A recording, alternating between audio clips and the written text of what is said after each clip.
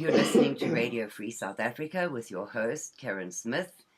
And our guest tonight is going to talk about the economic collapse of that once powerhouse of the African continent, South Africa.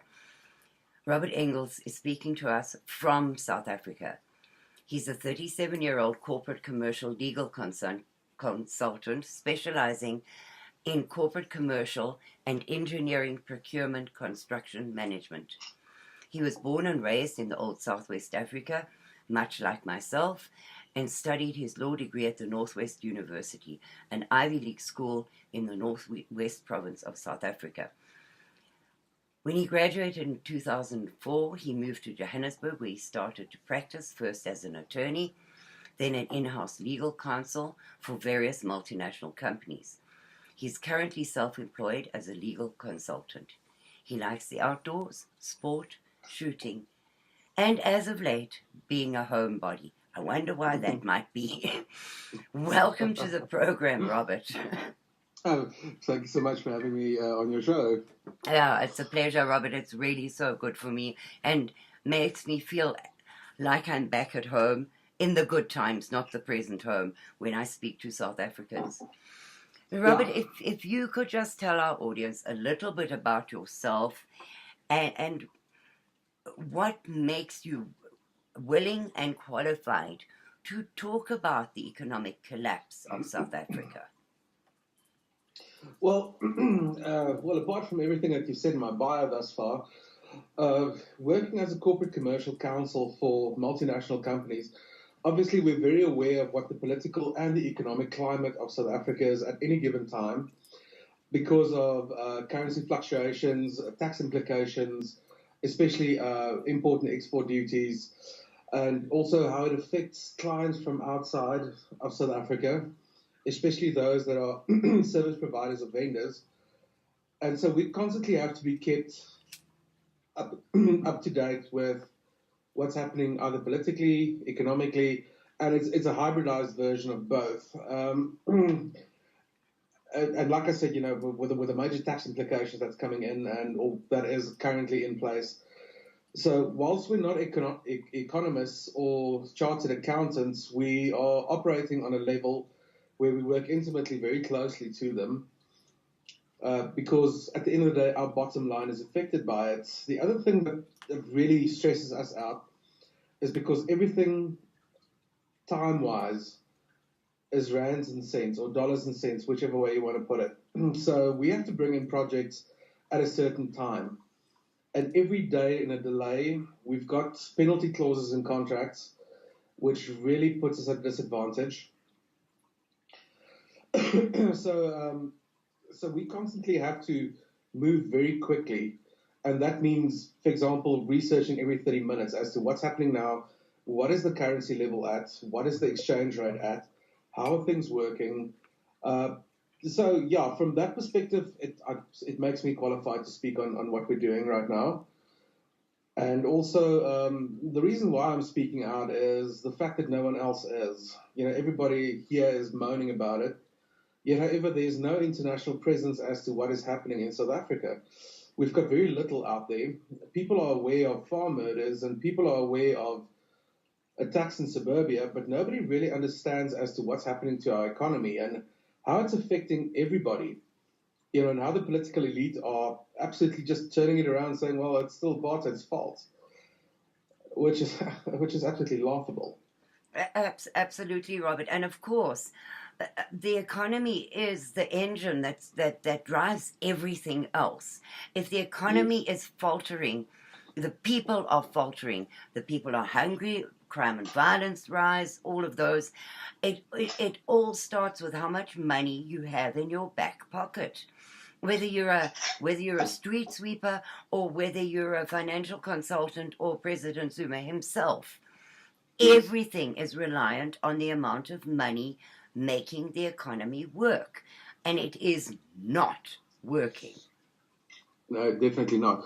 The level of disposable income has gone down, and I mean tax is just going up. So you're still earning what you earned last year, or slightly more, but the tax has gone up, so you're more poor than you were last year. So, yeah, Try and explain that to me. Well, absolutely. And the price of everything's gone up because of the terrible weakness of the rand.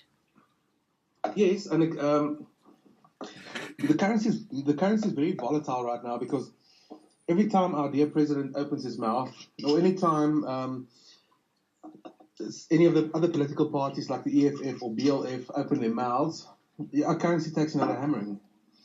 And nobody's thinking, oh, well, maybe we should just shut up and just run the country instead of speaking. And unfortunately, it's not happening. And yeah. But I mean, the major factor right now, simply because the ANC is still in control, and Jacob Zuma is still the president of the ANC, well, yeah, we are still taking the hammering for that. Okay, Every time he opens his mouth. So let's go back to either pre-1994 or, let's look at pre-1994. South Africa was the powerhouse of Southern Africa. It was exporting megatons of food to other countries. I believe that Russia was one of the biggest purchasers of our grain. We were looking after what remained of Rhodesia. We were helping them because they had enormous sanctions against them and they were in a mess. And if you look at the results in Zimbabwe today, it is unbelievable, and yet the world is still not talking about even that. So we had fantastic schools, absolutely tremendous education systems. We had creativity, research and development in everything. We did the first heart transport plant. We developed petrol from coal. We had military, what would you call it? Technology. Technology, yes. We had so much. We had an infrastructure system that worked. We didn't have rolling blackouts.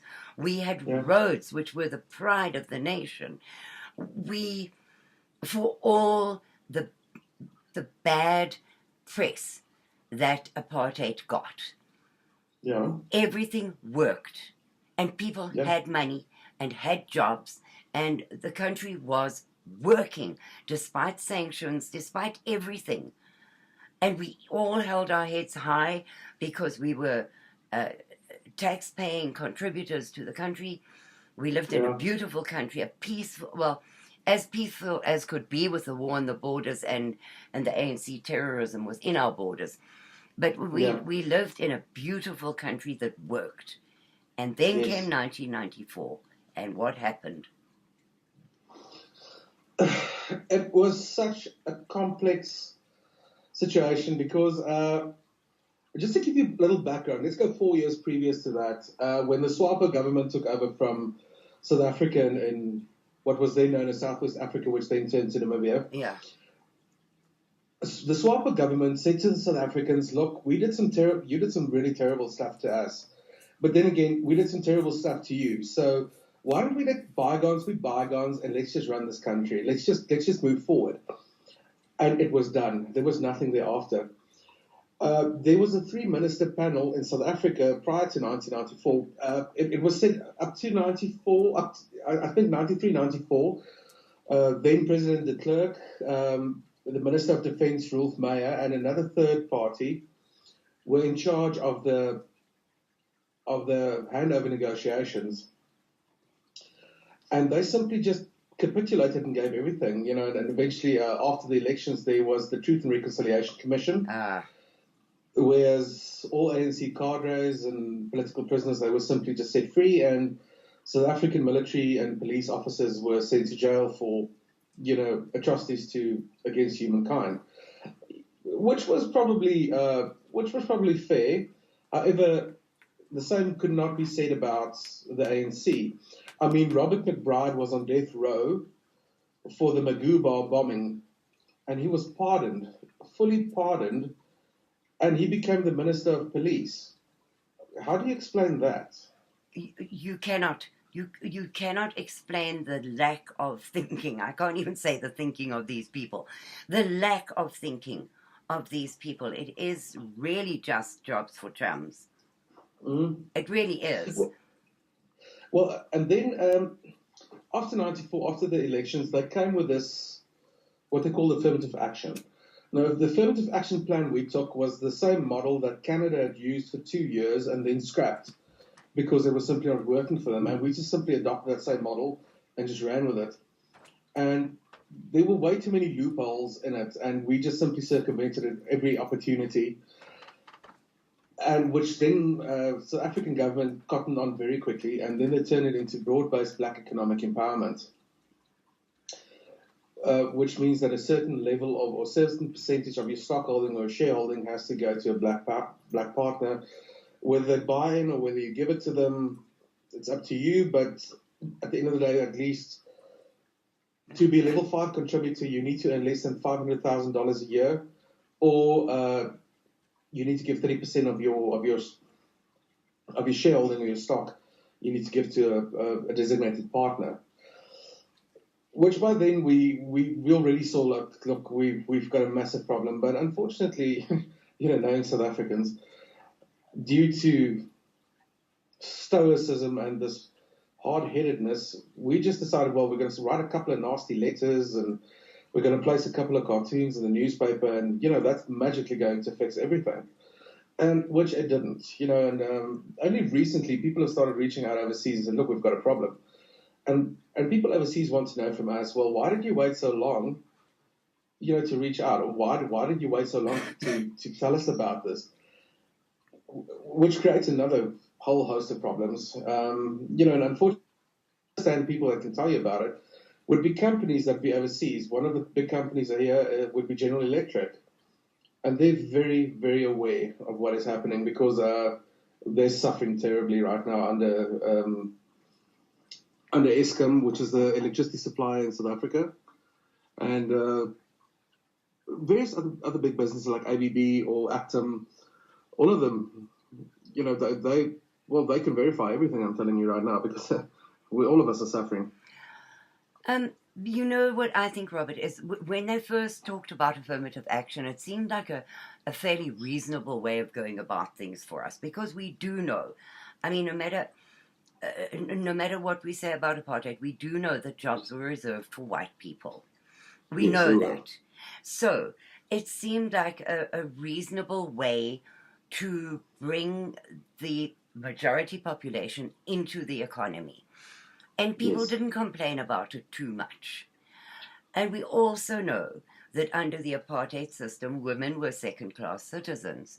So it was a good thing for affirmative action to then name white women as also previously disadvantaged, and it gave them a chance, including myself, to not hit that glass ceiling so early, to rise in the ranks, still not as well paid as your male peers, but a chance to rise, to become something. And I benefited from that. I admit that freely. But we all thought that affirmative action was a good thing. And one of the ways that the companies got around it was by hiring white women instead of white men. And the ANC government got really fed up with that and declared that we were no longer previously disadvantaged, so we must also just go into the dirt bin of history. So, what appeared to be a reasonable thing to do, and given the fact that the ANC had never governed anything in their entire lives, the fact that they took on the Canadian model of this also didn't seem so unreasonable. They had to take a model from somewhere, for people who didn't know anything about governing. So it all seemed okay. But in the white people's defense, this all crept up on us so slowly. The actions taken against us were not done all at once. They would take one action and you'd get used to it. And then they'd take another more severe one. And you'd take a deep breath and get used to that until they piled up on top of us so much that the country's now a wreck and the white people are willing to speak out. But it wasn't a quick progression that we could turn around and say, my Lord, I opened my eyes this morning and the country's totally different. It wasn't like that. It took about from 94 until the first enactment of BEE took about 5 years. While we slowly became accustomed to things, like our Yeah. firearms being taken away, like putting burglar bars on your windows, like putting alarm systems in, and then putting up huge walls with uh, either broken glass or electric wiring on top, um, like then being connected to an automatic alarm system that people came to or a rapid response system, that sort of thing. It Yes. all Yes. happened slowly. So you do the one thing to comply, and it would be a while before you had to do the next thing. So it had Yes. become a normal way of life by the time it was escalated a little bit. And by the Yes. time we realized that something was really terribly wrong, it was too damned late. Yeah. I've been saying that we've been too late for 21 years now.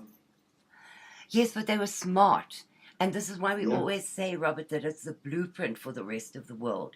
Because they Yeah. rolled it out slowly in South Africa to see whether the people would rise up and protest, to see whether the rest of the world would step in. What would it Yeah. take for mass risings in the street, for the world to step in and say this is wrong? And to date, nobody has done either of those things. So it worked. And now they're rolling it It, out all over Europe, but much, much quicker. yes. The thing is, why I think there's been no mass actions in the streets. First of all, and this is just my personal opinion, you can't have the erstwhile enemy, which would have been white South Africa, now suddenly be the victim. Yeah. And so, because eventually somebody will realize, look, we backed the wrong horse all along. Yes. And then, second place, there's no media coverage. You're not seeing anything on CNN, you're not seeing anything on BBC, Sky News, Fox News, doesn't matter who. Nobody's covering it. And I mean, we're looking at the most horrendous acts of violence. And I had a brief chat to a senior officer of the old SADF, and he said, "Well, this is exactly how the conflict started in Angola in 1962. It started with random acts of violence against the Portuguese, and then just escalated, and bang! Next thing you saw, Portugal was involved in a full-out war in Mozambique and Angola. And in 1975, they just said, look, we've had enough, and they moved. The problem is they had a place to go to Yes. Yes. because they could go back to Portugal because they're Portuguese citizens. And I mean, I mean, we were the pariahs of the international community, and now all of a sudden we're the ones asking for help. But the thing is, why I think we're justified in asking for help. International pressure was one of the things that brought apartheid to its knees because there were sanctions everywhere. We couldn't get certain things in. We had to manufacture themselves. But then again, we had the expertise to do it ourselves. And now all of a sudden, well, there's no international pressure. Nobody's speaking out. Nobody knows what's happening. And I don't think it's because people don't want to speak out. I think it's because people just don't know what is happening. Yes, I found that because once people become aware of what is happening, they are, at first, you're a liar.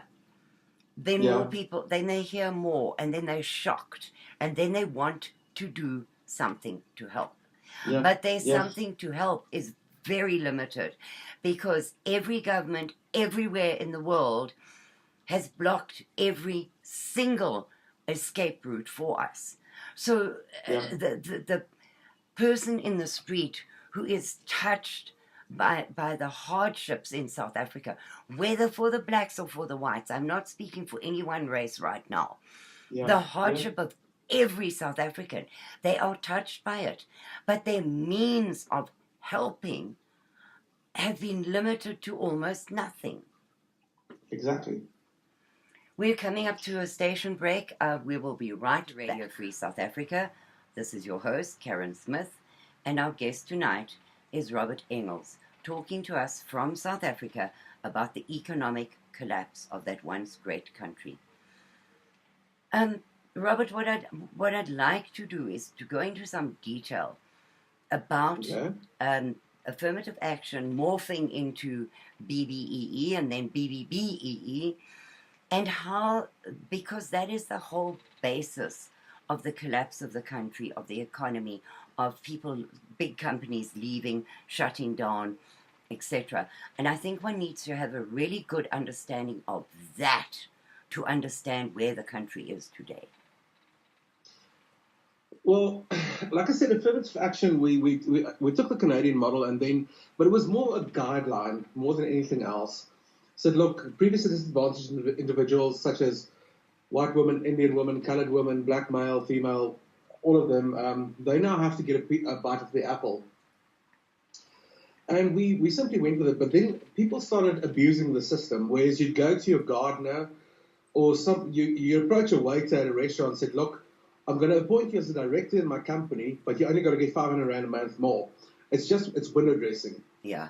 And people were caught out. And government said, no, look, we need to address this more aggressively. We're going to toss white females and Indian males under the bus here as well. And they initially came up with black economic empowerment. Now, initially, you just had to, it was also a guideline. If you wanted to do business in certain sectors, you needed a BE rating. Starting from level 5, which is 30%, up to level 1, which is between 70 to 100% black owned. And then, but we need to differentiate between who's a director and a shareholder. A director simply manages the company. A shareholder owns the company. So the shareholding was a major issue. And the first thing we saw from the bank side, because remember, a company is a legal entity. It has a personality of its own. Yeah. But all of a sudden, we saw banks coming, no. If you want to take out a loan, the directors need to sign personal suretyship for it. Yeah. And so that immediately had a knock-on effect because people couldn't get loans anymore, or loans were very difficult to come by. Interest rates went through the roof. And people were very loath to go actually for the BE ratings. So they decided, okay, we're not going to participate in that economic sector unless we really have to. And so people moved away from it. And government realized, no, we've got a major problem here on our hands. Now we need to enforce it on a much bigger scale.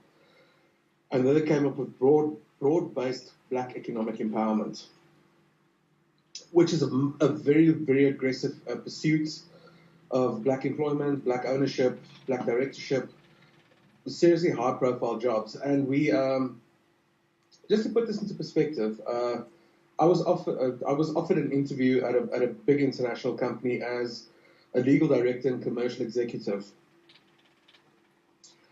And I sat down in the interview, and I just got this blank look. Mm.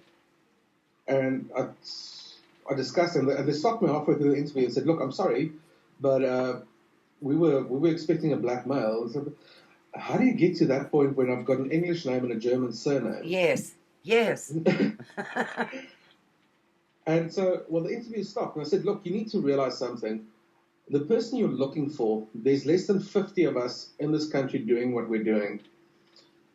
There is not one black female and not one black male doing it. There's not even an Indian male doing it. How are you expecting to find a position? Because this person needs at least 7 years experience. So we're going to have to freeze a position and train somebody into this position."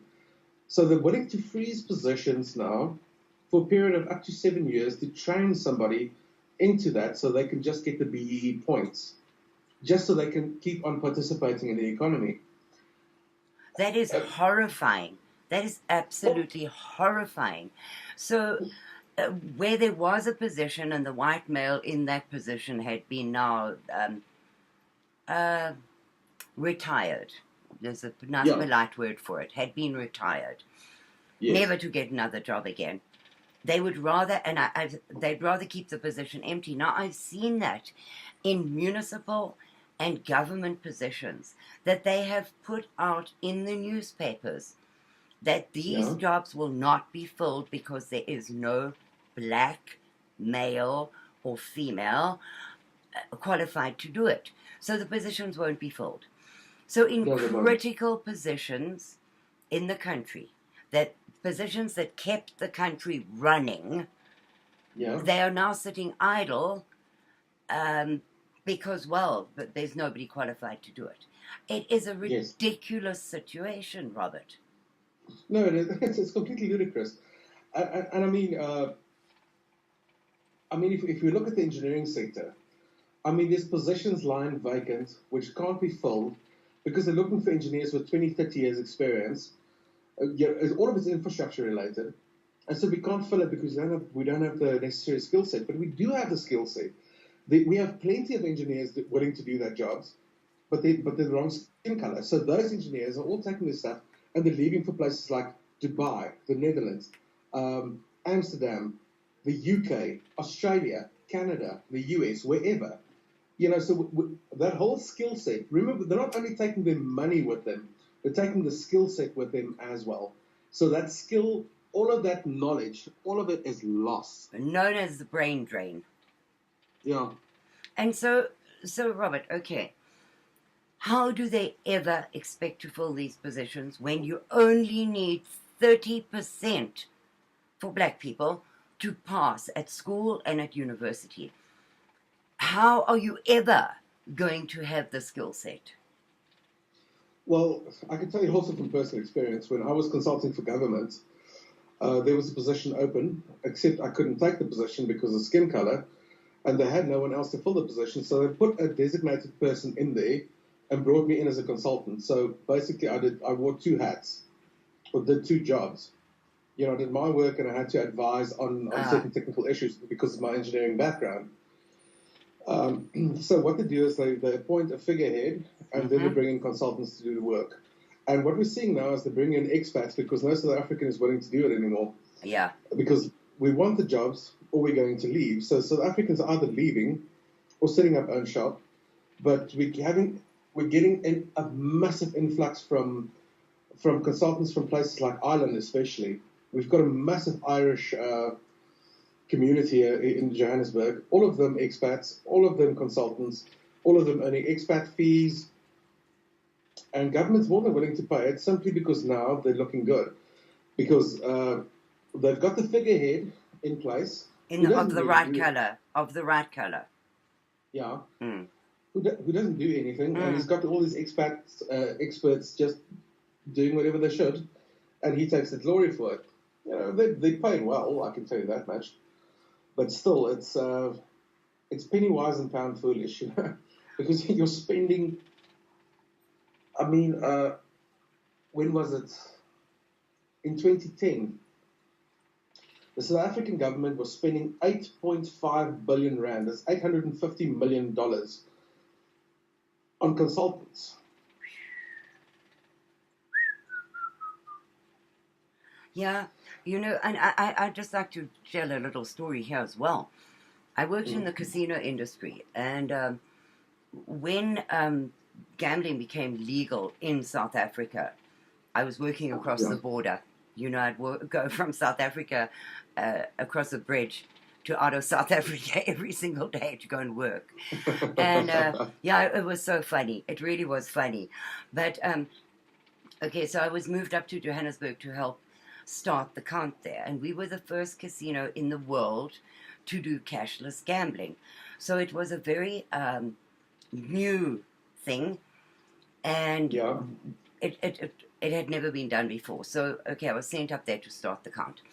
Now we had to employ count staff. So from all the squatter camps around the area came hundreds, and I mean hundreds, of young black people looking for a job. And we had a team of about 20 interviewing. So for every person that you turned down, you had to send them a letter. This is according to the labor laws. You had to send them a letter explaining why they were turned down. Now, from my point of view, we were hiring these people to work with millions. We counted up to 18 million rand a day. So you're working with millions of rands, so they have to be reliable and honest.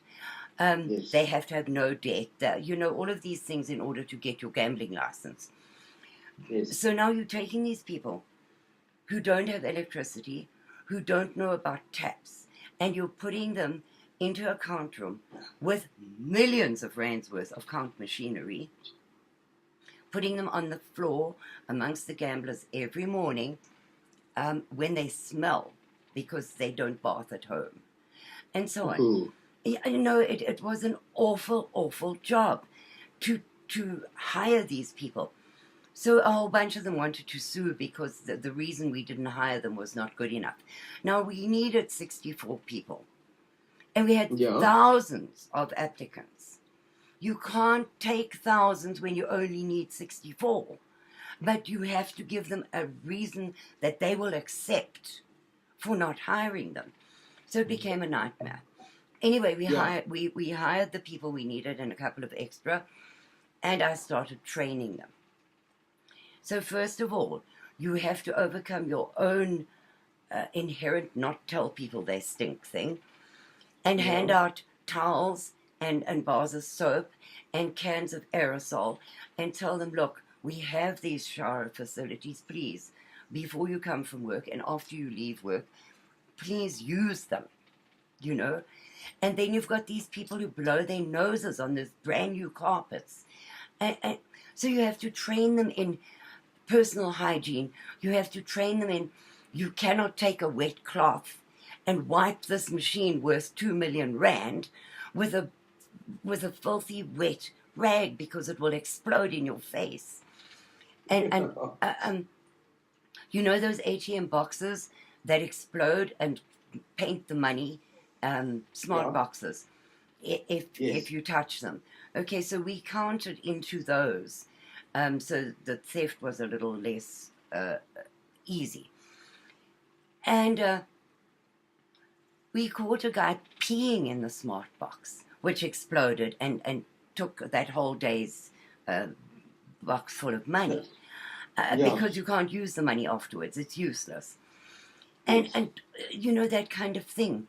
So now you take that and a big international company like I was working for, who is Yes. not used to dealing with this kind of um, mentality. I don't know how to Yes. put it very nicely.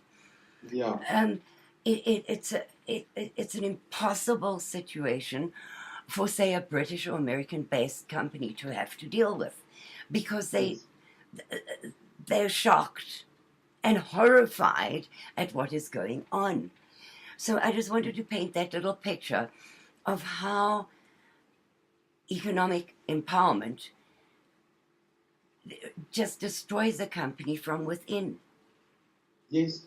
We had a situation in 2011. Myself and engineering coordinator, we were called out to and I'm not going to say who it was because I don't know if that situation has been resolved due to the fact that we extracted ourselves from it very early when we saw it was going to get violent. We were called in for disputes, mediation or arbitration, Mm. and it got so bad that we had to phone. It's an American company. It's a big oil company that has a base here in South Africa, and we were called in to handle the dispute. And after 3 days, we realized, look, this dispute's going nowhere. They want to speak to the big guy. And so we flew in this guy from Texas. He came out and he said, well, what's the problem? And we explained it to him, and he couldn't understand what we were saying to him. Mm-mm. So he went out and spoke to them, walked back in, and I remember to this day, he walked in, took his Stetson off, mopped his brow, shook his head, grabbed his briefcase, walked out to the car, and he left. And we never saw him again. Yes, yes. Because, okay, I'm in Texas now. It's a right to work state. So Yes. they can fire you without notice, not like South Africa. You don't have to go Yes. through a hearing and all of that stuff at all. Yeah. They have to pay you basic wage, but that's it. There's no set wages. If you're off work when you're sick, you don't get paid. There's no sick leave. Yes. There's no. You're lucky if you work for a company that gives you paid vacation leave during the year, but they don't have to. So if you take vacation, you're not paid. And Yes. so for somebody coming from that background to try and understand the South African system is damn near impossible, Robert. No, he used some very colorful language before he walked out, which I'm obviously not going to repeat here. Mm. And I was like, but what did you, this is what we told you, this is what's happening. And I mean, exactly the same thing happened. And if it's like looking at a snuff movie. If you go and look at the Marikana massacre, Oh, that's an English-based company, yes. and those guys were paid well. And I mean, they received a basic salary. The medical aid was paid for. They had accommodation, which was paid for by the mine. The kids went to school. The kids went to school for free, and they were fed every single day on the company's expense. And then the politicians came and, no, but you need more money, and then indoctrinated these people.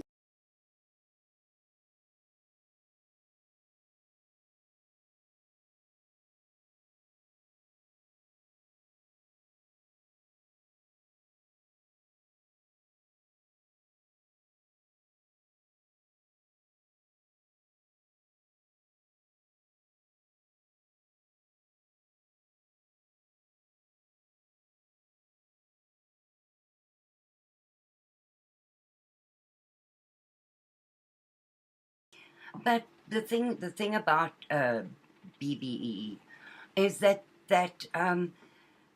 as you said, companies have shareholders. They have a board. They can't just give 30% of their company away. They can't do it. And yet, if they don't, they are finished. Well, that's exactly what happened with me. I mean, I was the group legal advisor for a multinational. We're JSE listed. At our height, just in South Africa, we employed 13,000 people. And then Eskom came to us, which is the electricity provider, and said, look, we want 30% of your one company. We told them, but you can't have it, because first of all, under Section 75 of the Companies Act, a special resolution requires 75% of your shareholders and your directorship to vote.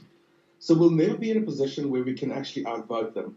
Second of all, they weren't willing to pay for the shares, and these shares were worth a couple of billion rand. And so, well, they said, well, you're not getting another order from us, but you can't do that. We're a designated producer, so which means you have to procure from us. We are.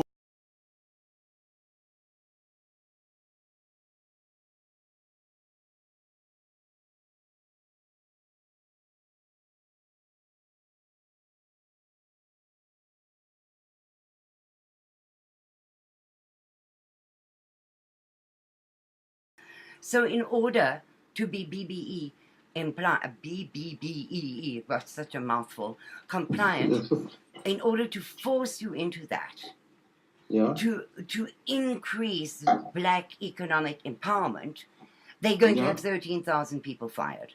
They'd rather have them out of work than not have 80% of your upper management black and 30% of your company given away.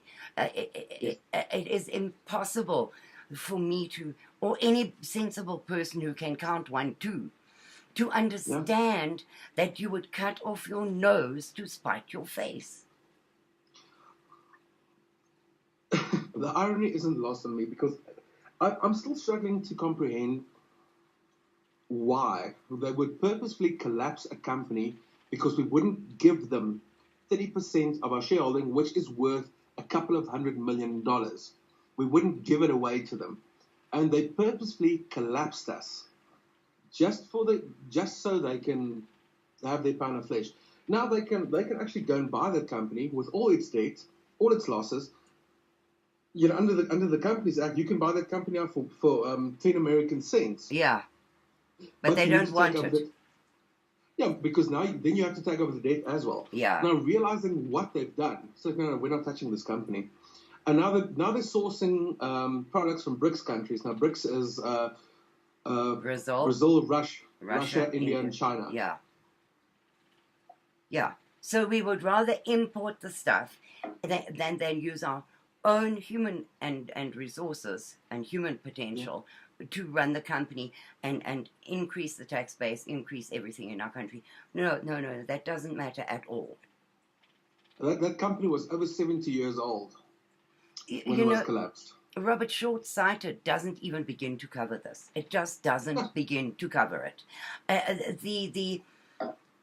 They say a boer is stubborn. Man, these people Yeah. are even more stubborn. Anyway, we're coming up, we're coming up to another station break. We'll be right back. Okay. You're listening to Radio Free South Africa with your host, Karen Smith, and our guest tonight is Robert Engels from South Africa, who is speaking about the economic collapse of that country. Robert, what I'd like to talk about is the credit companies calling for junk status for South Africa, in fact, downgrading them to that and below that if possible, Yeah. and Yeah. then the results of that. Yes. Well, it's well, there's a bit of a history because of it, and it all started about. Well, initially it started in 1993, but only really came to the forefront, let's say, about 4 years ago. There's a very prominent Indian family that came over from India and settled in South Africa, and made very good chums with the South African president, which is Jacob Zuma, and they got to a point where, as you could not even sell a pencil to government without this family's say-so, and obviously at a 300 or 400% markup. I believe that started under Nelson Mandela because they were friends with Nelson Mandela. Yes. I found that out the other day, which kind of shocked me because it happened so long ago and has gone undetected until recently. Yes. Well, but it only became very prominent in the last, I would say, last 6 years. But it only came out in the last 2 or 3 years. What they've been busy with in the last 4 years. It is extremely convoluted. It is extremely difficult to explain. It is extremely terrifying what this family has done and how they actually influenced cabinet and government positions to a point where they could actually buy and sell finance ministers, the receiver of revenue. They could buy and sell whoever they wanted. Anybody who spoke out against them, who spoke out against the president, all of them were, removed or silenced or blackmailed, but they all came to a very sticky end. Yeah. And because of this, I think Moody was the first agency that threatened us with junk status because of the foreign investors simply got wind of this and said, look, why would we want to invest in a country that is economically unstable? Because you've got people on the sideline running things, running the economy, not the government, this family on the sideline who's running the government. And they started pulling out. And I mean, up to date, I think we've lost something like $352 billion in foreign investment. That's just simply said, look, we're not interested anymore. We're taking our stuff and we're leaving. Yeah. How do you recover from that?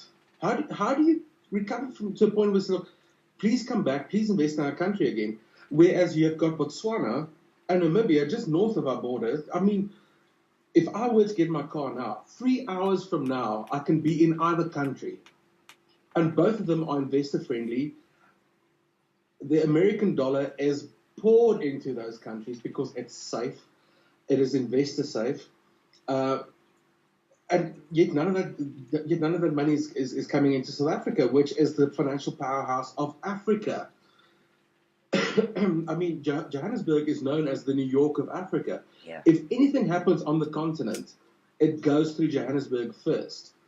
You know, economic-wise, trend-wise, Yes. entertainment-wise, everything. Johannesburg is the cultural hub and the economic hub of the whole continent. Yet we're not seeing it because everybody's disinvesting here and they're moving out. I mean, BMW's disinvested recently. General Motors, which is if I'm not mistaken, GMC is still the biggest company on the face of the planet. They've disinvested. Lonman is disinvested, and they're taking the stuff elsewhere. Even in the fast-moving consumable good industry like Nine West and Busby, they've disinvested.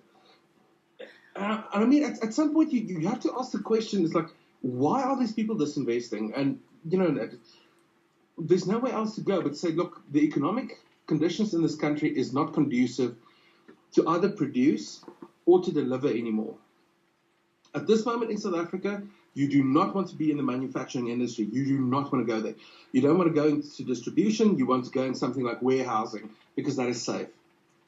So, in effect, with the junk status that we've just gone through, the engineering sector is basically dead. The manufacturing industry is dead. The construction industry is dead. And what we're looking at now, as I said, it's an 8-year turnaround time just for the engineering industry to recover from what we've gone through less than a year ago. It's an 8-year turnaround.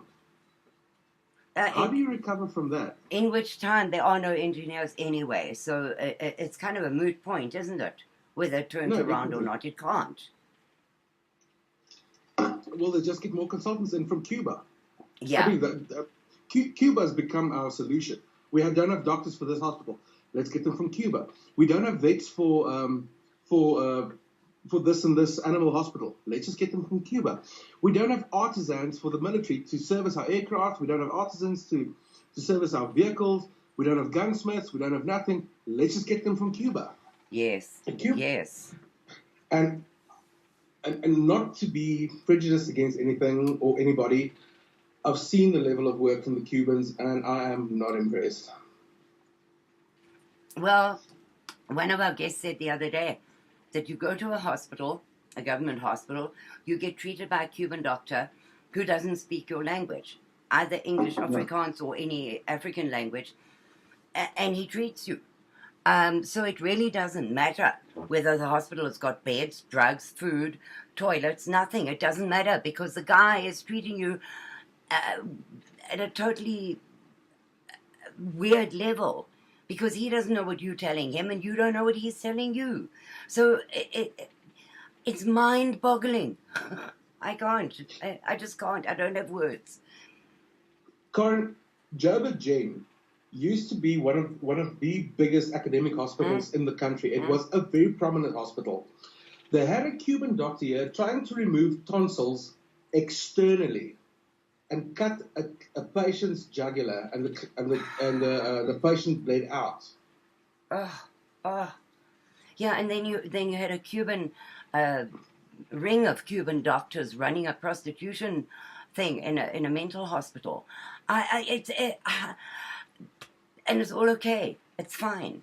It's absolutely fine. Nothing wrong here. Move along. Exactly.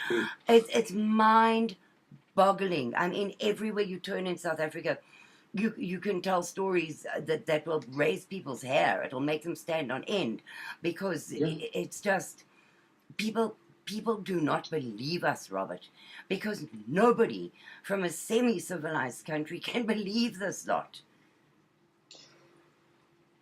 You're probably familiar with Baragwanath Hospital. Yes, the biggest teaching hospital ever, where people came from all over the world to work there so that they could study rare things that they didn't find in other areas of the world. I mean, it was the most incredible hospital built specifically to service Soweto.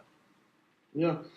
The thing is, it is still the biggest hospital in the Southern Hemisphere, except there's no money to keep it open, so they shut down certain wings. My brother is a surgical consultant, and that is one of the hospitals that he covers. And he's shown me pictures of a section of the cafeteria that is, or just next to the cafeteria, which has been shut down. It's called the last office now. The morgue is so overstocked that they put bodies into what they call the last office. You open that door, and there's bodies stacked in there because there's no room in the morgue. Yeah. It's unbelievable. People cannot understand that a once thriving first world country has become less than a banana republic. Less than. No. It's horrific. So we're even having the situation now where Namibia want to de-link from the South African rand and want to link to the Pula because it is much more. It's better for the economy to completely sever ties with South Africa. They've deepened the harbour in Luderitz, and they've strengthened the railway to Botswana. So Botswana is a landlocked country. So obviously they need South Africa as a port. But if they can get most of the imports through Namibia, it's going to be more beneficial for those two countries. As a matter of fact, at this moment, Namibia doesn't want to take in South Africans because they said, we don't want your shit. We don't want the Yeah, shit that you're dealing with. We don't yeah. want anything that you're putting up with. And same with Botswana. The second you go through Botswana border post and you show a South African passport, they're immediately hostile towards you. And unfortunately, it's the reputation we carry, Yeah. and it's not our fault because it's certain few individuals that has caused this. I mean, Dr. Ian Kama of Botswana wants nothing to do with us. Well, And but the world wants nothing to do with us because, well, if it's not apartheid, it's the wreck that South Africa is now. So we're outcast again. Again. exactly. It's unbelievable to me because, as you say, it is not our fault. We are just ordinary citizens trying to make a living, trying to contribute to the community, to the economy, and yet we are refused access to either. Yeah. I But mean, at today the I had, same time, they yeah, won't let us go. yeah. I mean, today I had to go to the Small Business Expo and prostitute my business. To all on Sunday who would actually listen. I'm thinking, is this the level I have to stoop to now to actually just make a living? Instead of whereas I used to be the top 3% of the top 3%, now all of a sudden I'm, Begging and groveling. yeah, the only attorneys that are actually making money in South Africa are debt collectors. The rest of us are all sitting twiddling our thumbs. Yeah, well, there's no law and order in that country at all. I mean, there just isn't. 13% of the very minimal number that are captured for murder and looting and the other wonderful things that these people get up to, 13% go to jail. And then they Yeah, escape 20 at a time. What? yeah. Really. No, There's no hope. There's no law and order. I've got friends who I'm not going to mention because what they're doing isn't illegal, but it's unethical. They sacrifice Saturdays or Friday, Saturdays, and Sundays sitting at police stations, watching for drunk drivers coming in so they can bail them out. And that's how they make money, and they make a lot of money doing that. Oh, wow. Ambulance tracing at its finest, huh? Yes, exactly. Oh, And, wow. and I'm looking at them and asking, but aren't you scared of being disbarred? Because if the Law Society were to find out what you're doing now, you're actually going to be disbarred. And they simply just continue. I said, well, it's the only way, it's the only source of income because we don't have anything else. And now we're looking at people willing to play with their careers and their reputations to put food on the table. Well, it's either that, Robert, or end up in a squatter camp. I mean, the reality staring you in the face is Yeah, horrific. Is horrific. Either yeah, toe the line, yeah. prostitute yourself, or end up in a squatter camp. Those are your choices. I went to Munseyville 2 months ago just to go and have a look for myself what it looks like. It is shocking. And I mean, they're smack bang in the middle of a black squatter camp. Yes. And the black squatter camp isn't looking any better. I mean, there's filthy sewage running through the streets. There's kids playing around it. And I'm thinking, what are the health implications of this?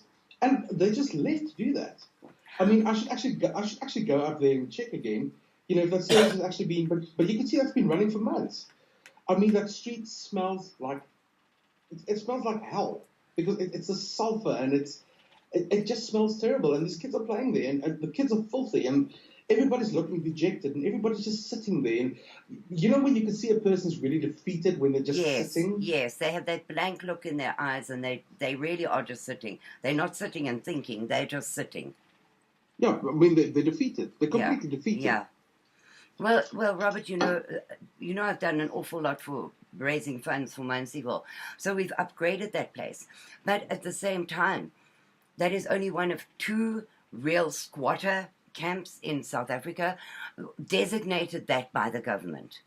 The others Yes, are informal settlements. They're not squatter yes, camps. And the government felt that this was a good place to put destitute white people on top of an unreconstituted garbage heap. They put them in Yeah. these metal shacks with no foundations because you're not allowed to erect permanent buildings on there because at their leisure they will move you out of there. So they Yes. didn't have floors.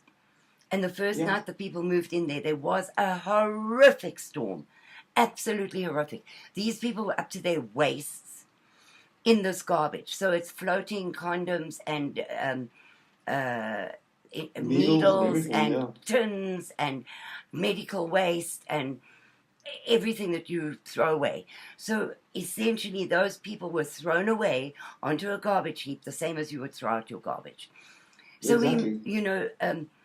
South African Family Relief and some other people moved in and put in concrete floors and provided them with more than 3 taps and made sure that they had one toilet per 3 families, which gets emptied if and when because you have to go through the black squatter camp to get there, so they don't go and Yeah. empty them.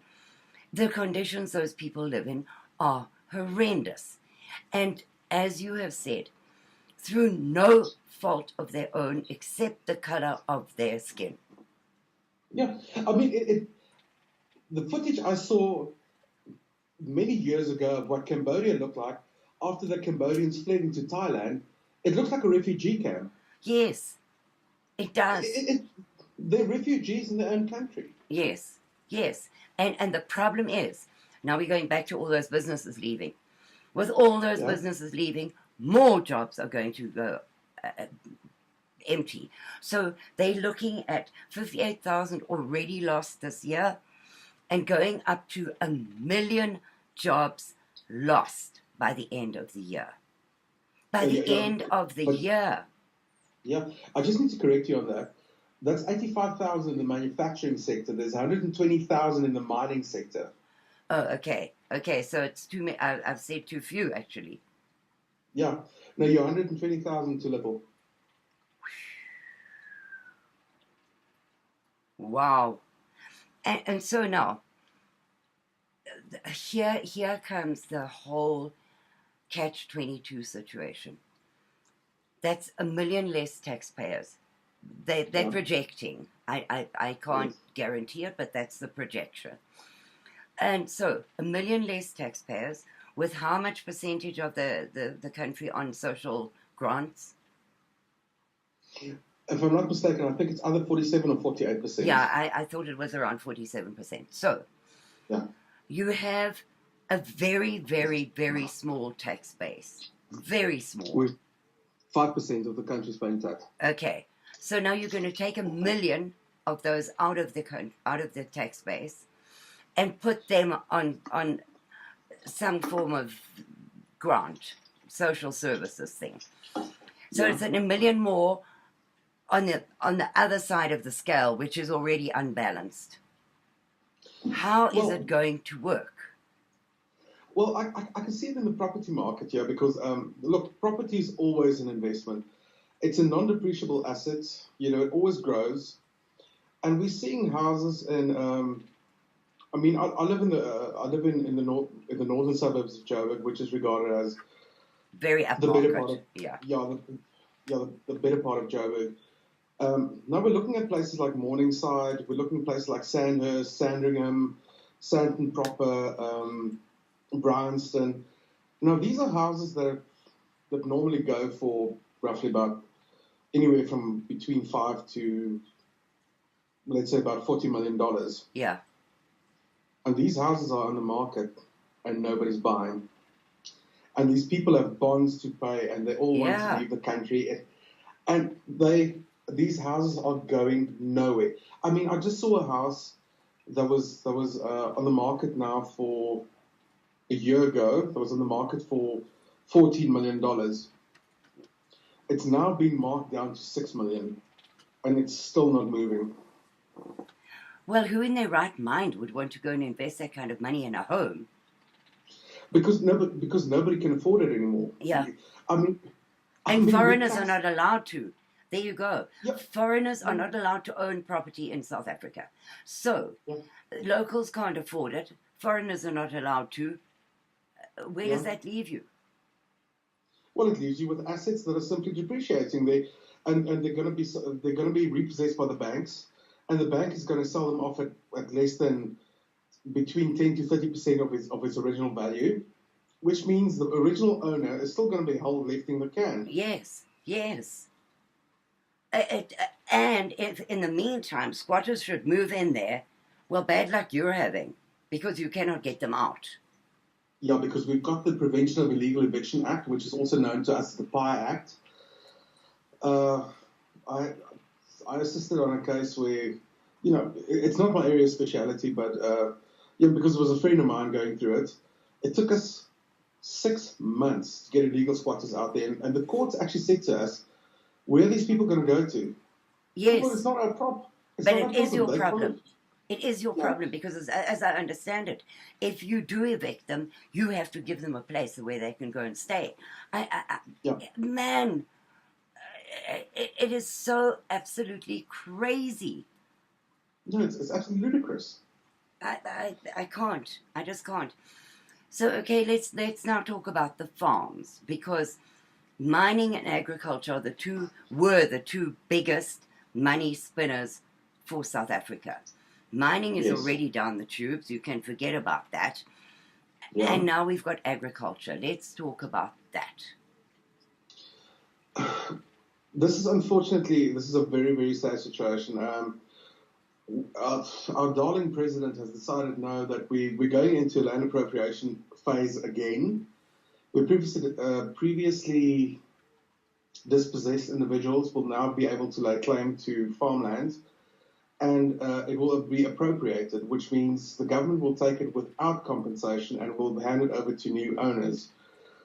So now we're sitting with commercial farmers that employ, if I'm not mistaken, we just have over 20,000 commercial farmers left, and each one of them employs between 20 to 100 people. Yeah. Now we're looking at these people. All of them now have to be thrown off those lands. Workers as well. I think what you need to explain here a bit, because it's also very important. Those people live on the property. They get fed. They get uniforms. They get medical services and everything from the farmer. And also a basic salary. And a basic salary. And from 1994 onwards, the farmer had to make sure that the kids got educated. So if you did not open your own farm school, it was your responsibility as a farmer to make sure that those kids got to a school. So, all right, now you're feeding, clothing, housing, educating and providing medical services, plus a salary for these people. Yes. Now, those people, their parents worked on your farm generally for your parents and their parents and so on. So down the generations. Yeah. In general, I'm generalizing here because it's not 100% this way, but in general, it passes down the generations. So those people have been looked after by the white family for generations. Yeah, and some farms we can actually in the northern provinces we can see, where the farmer and his second in command or his first helper. They've come together, or their families have worked together for the last 250 years. Yes. So, I mean, this is not a migrant population like we have here. The Mexicans come over in fruit picking and vegetable picking season. They do the picking and they go home, okay? It's nothing like that. You may have extra staff at picking time. But in general, to harvest whatever your product is, they come in and harvest. You may have extra staff. But in general, your farm staff are a static community that lives on the farm. So you've provided them with electricity, water, all of those things. All the utilities, yeah. Yes. And the other thing, you can see on many of these old established farms, they've got graveyards on the farm, where families since the 1800s have been buried. Now all of a sudden it's like, well, sorry for you, you need to leave, and by the way, the graves are just going to be bulldozed. We're just going to remove the headstones, and it's now going to become agricultural land, whatever it's going to become. A wasteland. Look at the farms. Look at Zapico tea. Look at the orange farm. Look at the pig farm. Look at the chicken Yeah. farm. It has become a wasteland. Yeah, So, Zebedela. Zebedela was yes. an international producing citrus farm, which is now barren. There's nothing left. Yes. And look at Zapico tea. Look at it. Yeah, Lipton's gone under. Yes. So there you have another blow to the economy because those Yeah. farms were handed over under land claims from people whose father grazed a goat on there 20 years ago or 200 years ago, and he doesn't have to prove it, and the farm gets given to him. And, well, now, shame, it doesn't produce anymore. Tough luck we are all having. So we have a burgeoning population, black population, pouring in from all over Africa. And we have a decreasing arable production farms, so the food is running out, and there's no jobs for them because these people are all leaving. What does that say? It spells disaster. Well, from a conservative estimate, should the land appropriation bill go through, and we're hoping it doesn't, we do have the courts of appeal or the constitutional court stops it, but a conservative estimate of the job losses, you can add another 350 to 400,000 people out of jobs right there and then. And I'm just talking about the farm staff. I'm not talking about the farmer himself. Yes. So, and what we're seeing now is, and this is creating a massive, massive problem in our country, because according to the Receiver of Revenue and the SARS Act, you cannot alienate any fixed property or any asset for less than what it's worth. So if your property is worth $1 million, you have to sell it for $1 million, and if you do sell it for, let's say, $600,000, you're going to have to explain to the Receiver of Revenue why you've alienated fixed property or an investment or an asset for less than what it's worth. And now we're seeing, do yourself a favor, go look at farms for sale in South Africa. Just Google it, and you'll see farms going up for next to nothing. People just want to leave. People just want to go, move to Cape Town, move to Pretoria, move to Joburg, anywhere else, so they don't have to go through the stress anymore. Also, keep in mind that people are scared to live on their farms because farm attacks are constantly up. They're constantly increasingly violent. Even the rhino farmers are being killed just so they can poach unencumbered.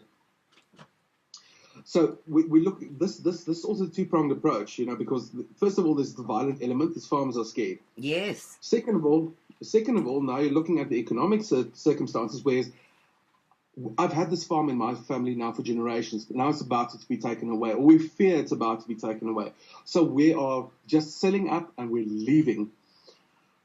And these people can't even sell those farmlands because nobody wants to buy them. I have a friend in the US, in Texas. He's a disabled veteran. He was wounded during Operation Urgent Fury in Panama. And him and I, we set up a small safari business here where we would hunt normal plains game at South African prices for Americans, because not every American has got $50,000 to $100,000 to spend on a safari. No. But many Americans do have between $4,000 to $10,000 to spend on a safari. Hunting normal plains game, nothing exotic, nothing endangered. It's simple plains game. And we had a lot of traction in South Africa, and people were very, very excited about it. And we did have 4 farms lined up. And all of a sudden, when we started saying, okay, now we're getting the hunters in from Texas or from Arizona or from Utah or wherever they came from, and these farmers came back and said, look, we don't know if we're still going to own these farms in a year from now. We don't know if we're going to be able to honor your contracts with your clients, and we are not going to be held. We're not going to be held liable. We're not holding the can for this. I'm sorry, we're not interested anymore. So if you do want to hunt in South Africa now, you better make sure you've got to be here in the next 3 weeks, because they take ad hoc clients now. And if you do want to hunt something exotic, you go to Zambia, you go to Namibia, you go to Zim or Mozambique, wherever. And they simply killed our small little business because they don't know if they're going to be around for another year. And and I mean, the farm workers are now in the positions where we don't know what's going to happen to us. We don't know where we're going. We don't know, are we even allowed here anymore? What's going to happen to my family? Where am I going to live? Where am I going to find another job? This is the only thing I'm skilled at. I've worked in a farming environment for the rest of my life, or for the whole of my life. Yeah. My kids have grown up in this environment. Where am I going to go? What's going to happen to me? And it's not like you can skill them into another field because they know crops, they know cattle, they know sheep. Now you're putting them in suburbia or an urban environment to do what? Yeah. And it's not as though those farms are going to go to those people who know how to run that farm.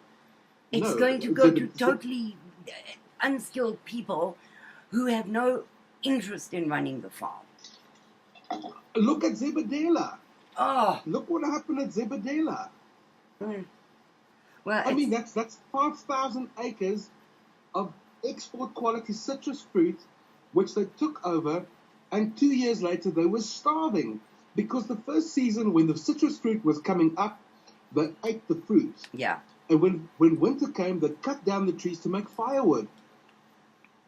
Yeah. Zebedela was a multi-million-dollar industry.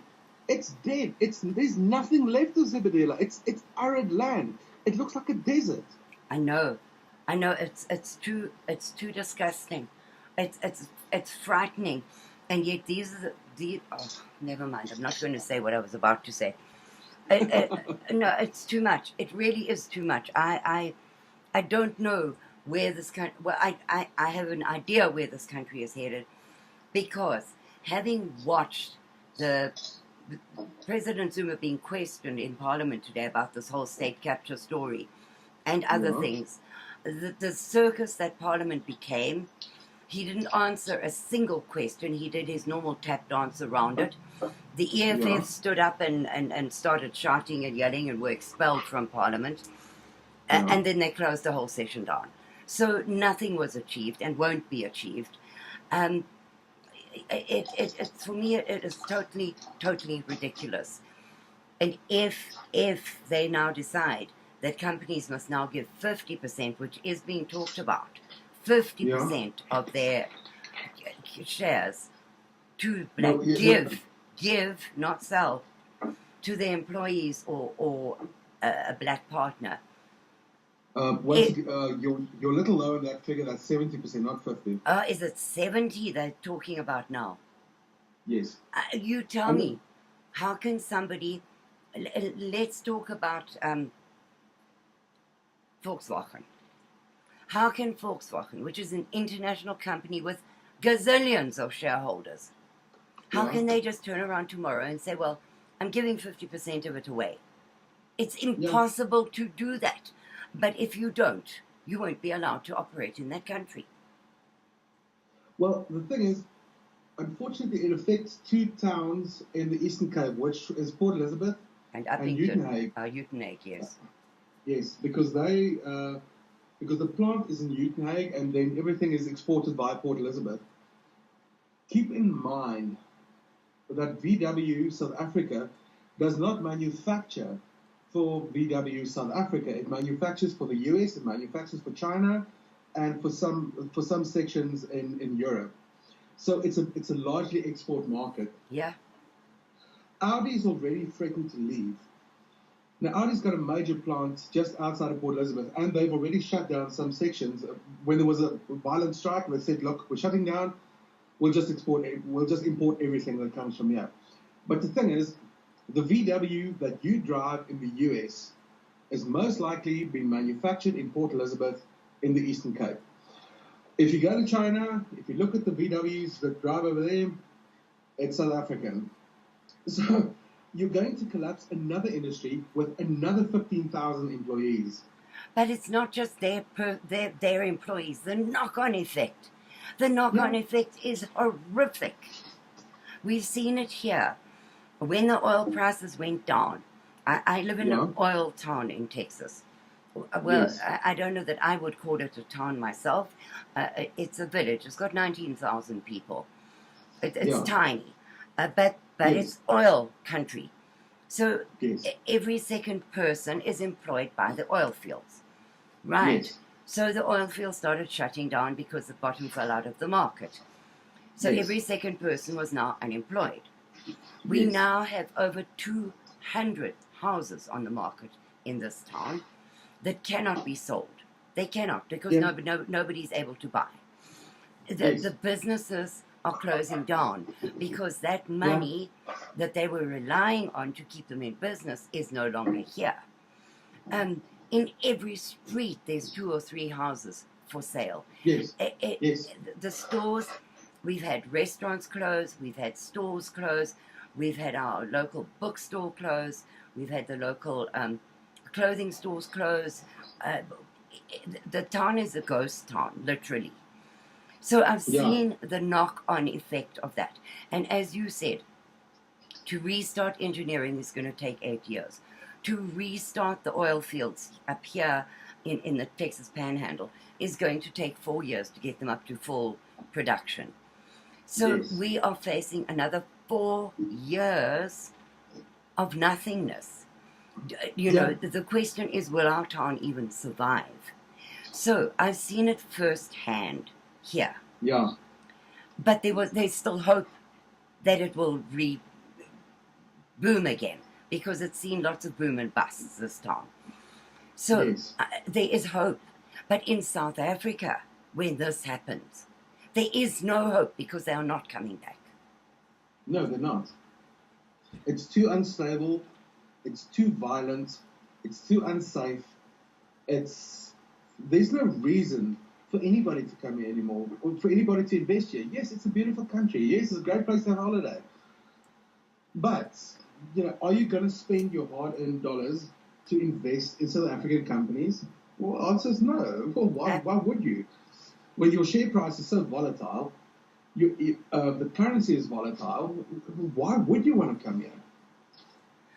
It's just very, very scary to me because much as I try and be optimistic, I do not see a good outcome for that country. I can't see it, and I really have looked.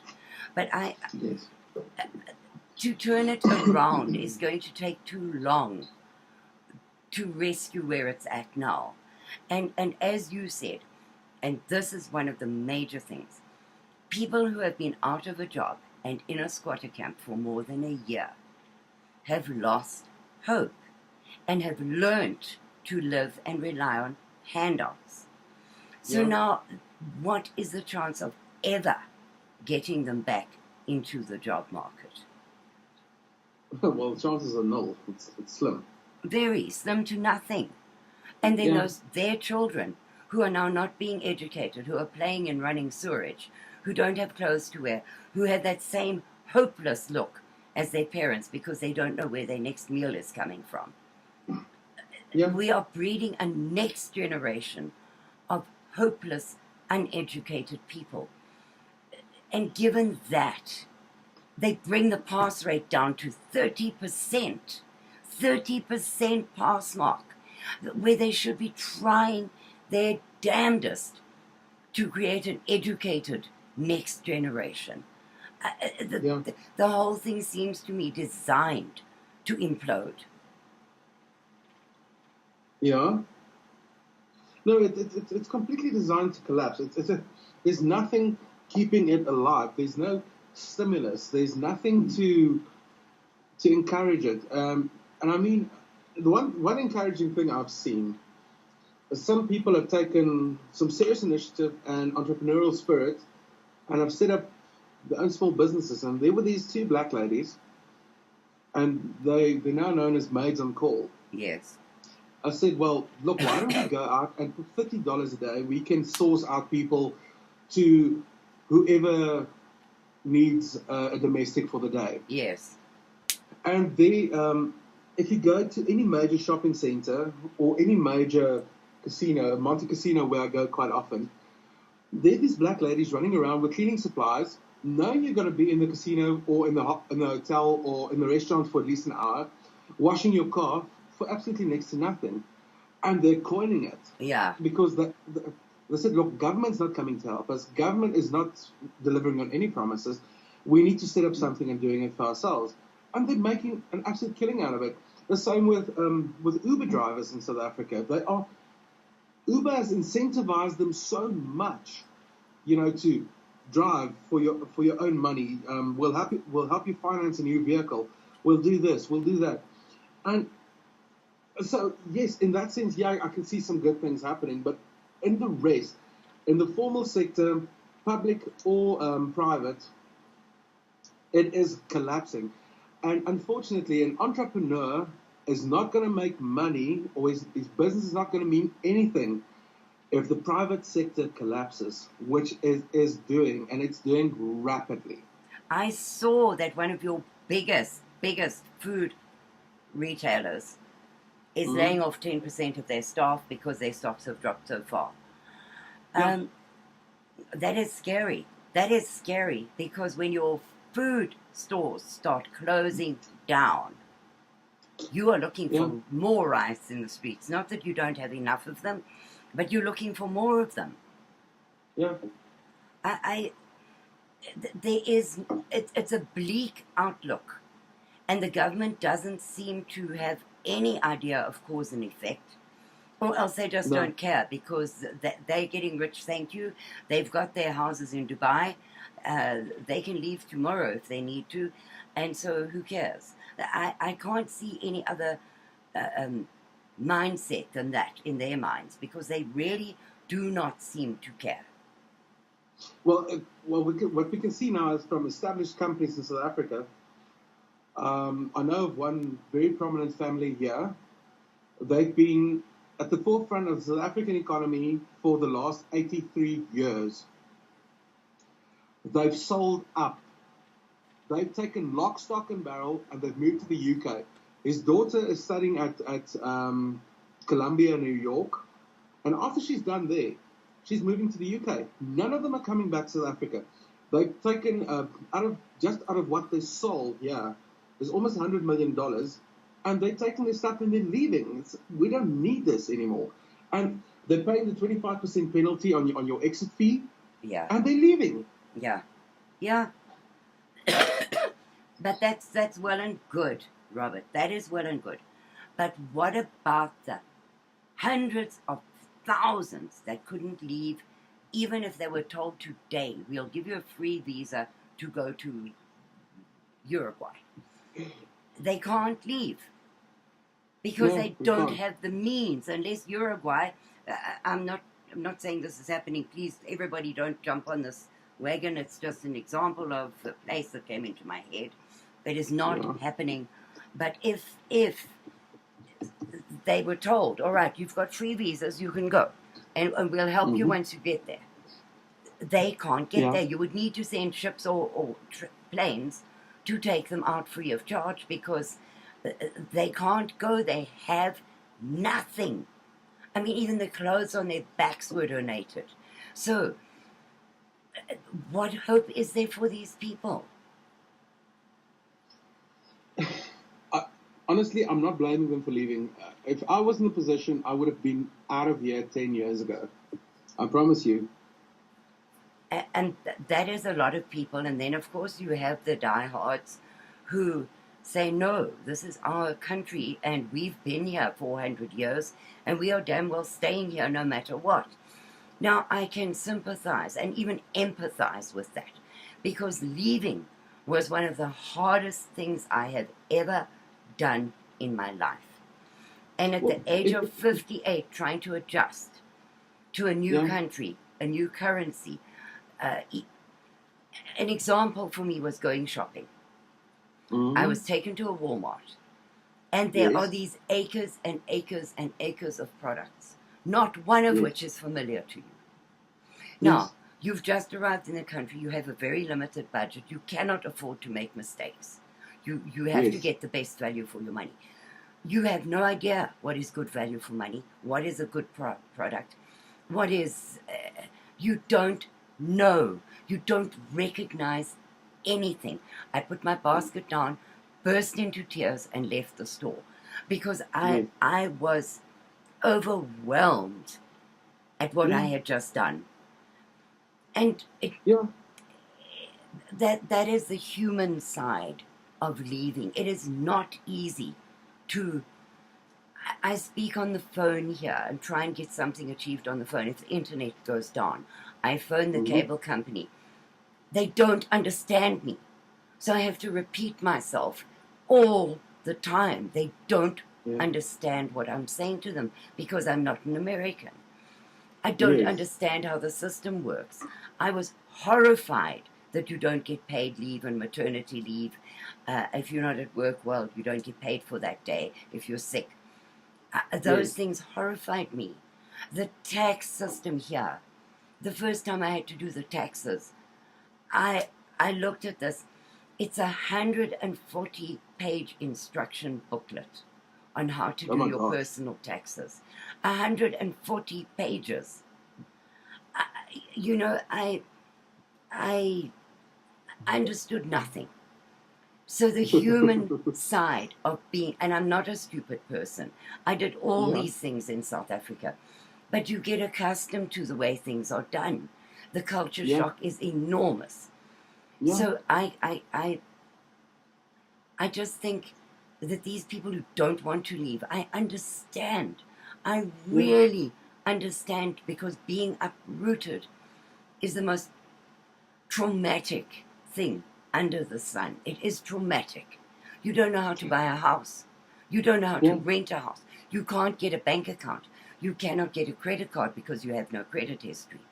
A bank account Yes. they don't want to give you because you have no credit history. You can't buy a house because you have no credit history.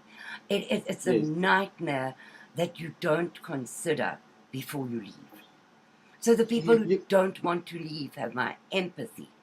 But at the same yeah. time, are you going to stay there and be tortured to death? You know, and that brings something to mind that happened in Kenya, which is perfectly illustrated in the book Something of Value by Robert Ruark, which is still my favorite book in the whole wide world.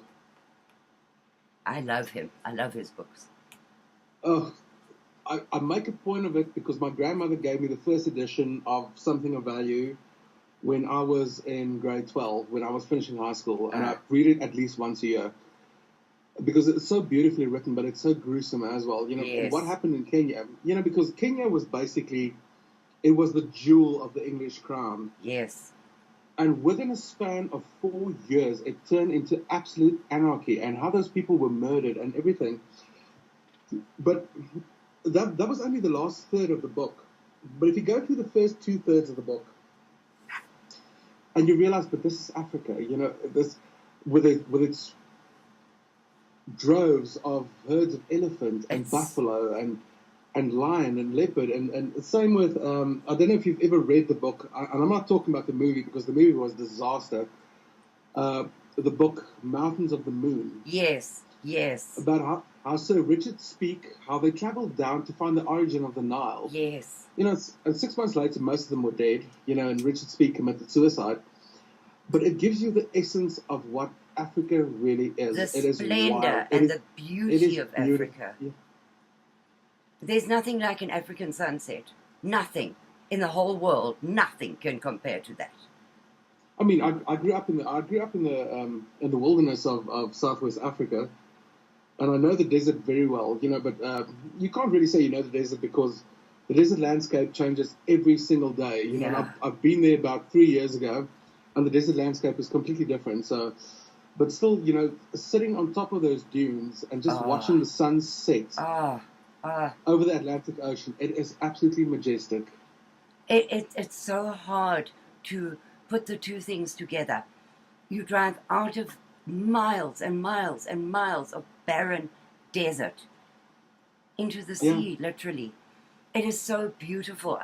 We stayed with some family of ours who were prospecting in the desert for tourmaline, and yeah, their directions on how to get to where their camper was parked were amazing.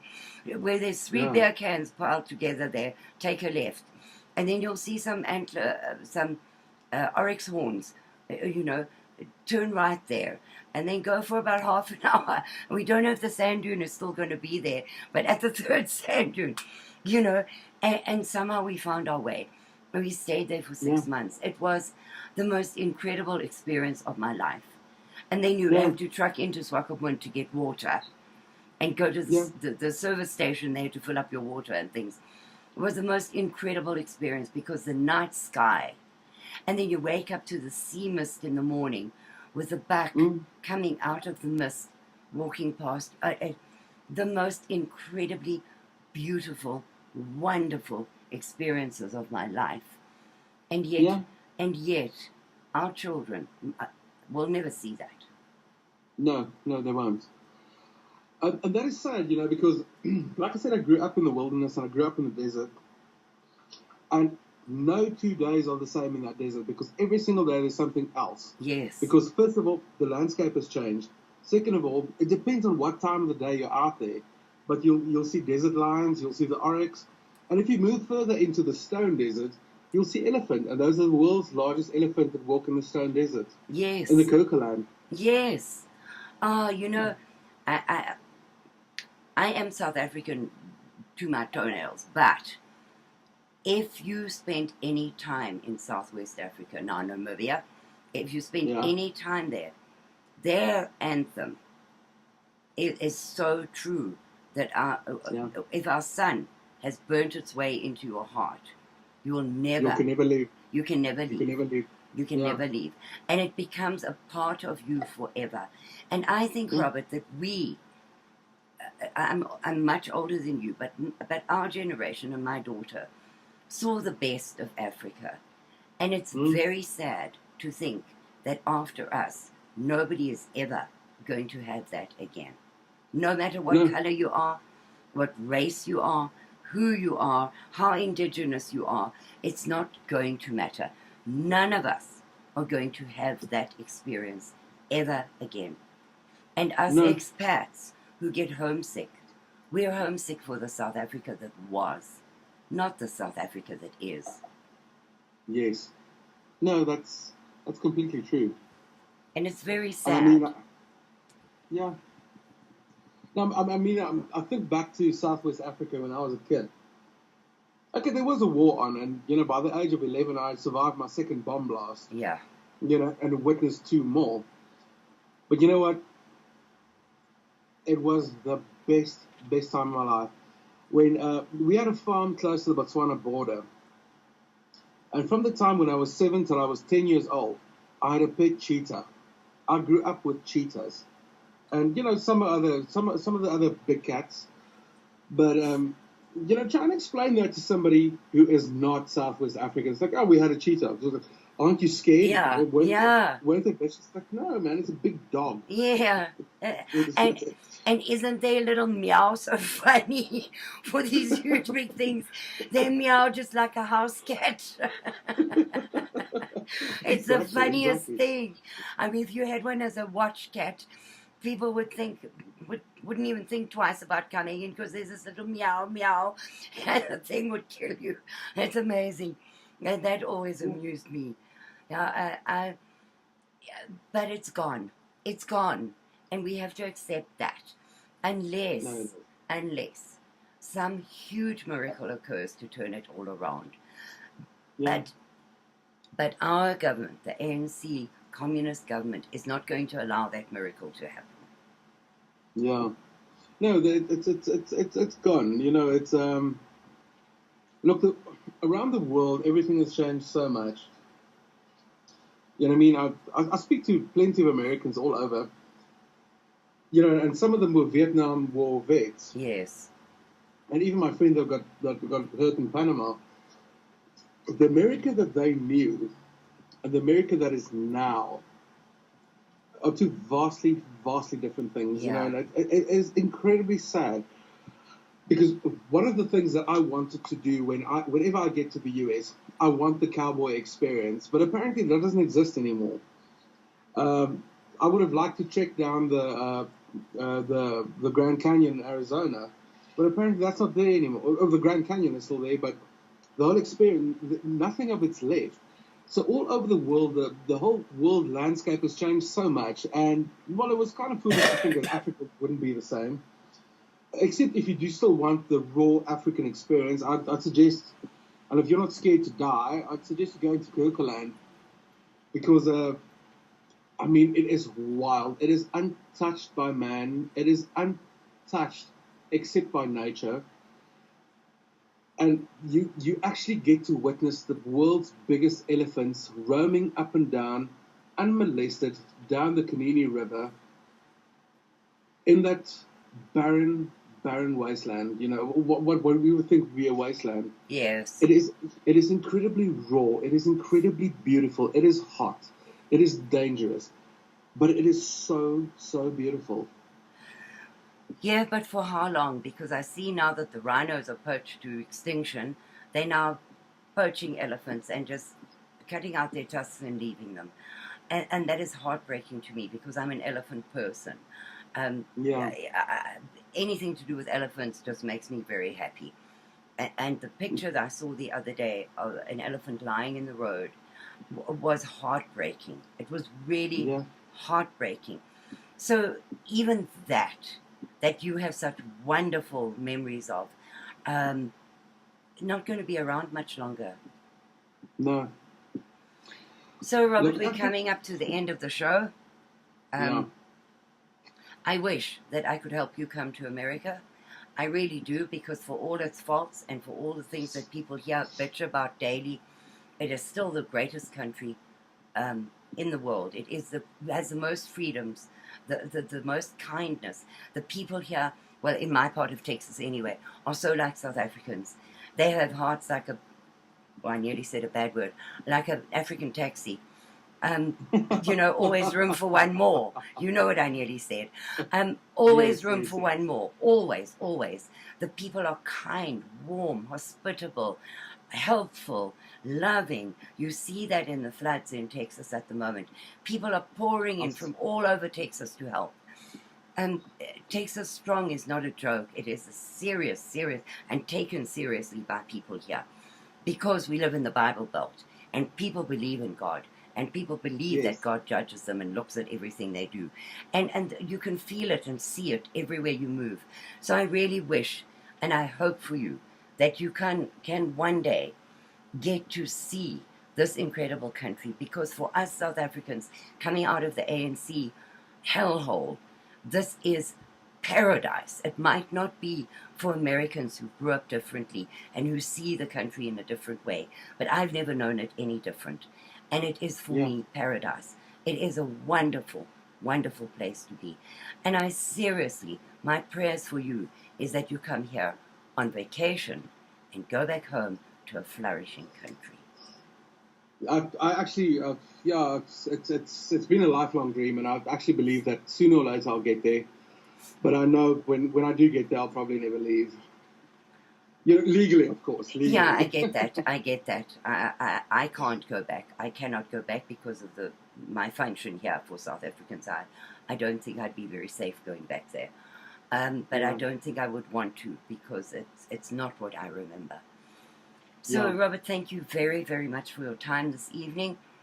It was a wonderful chat. I mean, we roamed well off the economics of the country, but I also like to give people a feel for who we are and what we love and what our country was like and could be like again. Yes, no, completely. So thank you very, very much, Robert, and we will speak again soon. Only a pleasure. Thank you for allowing me on your show. It's such a privilege.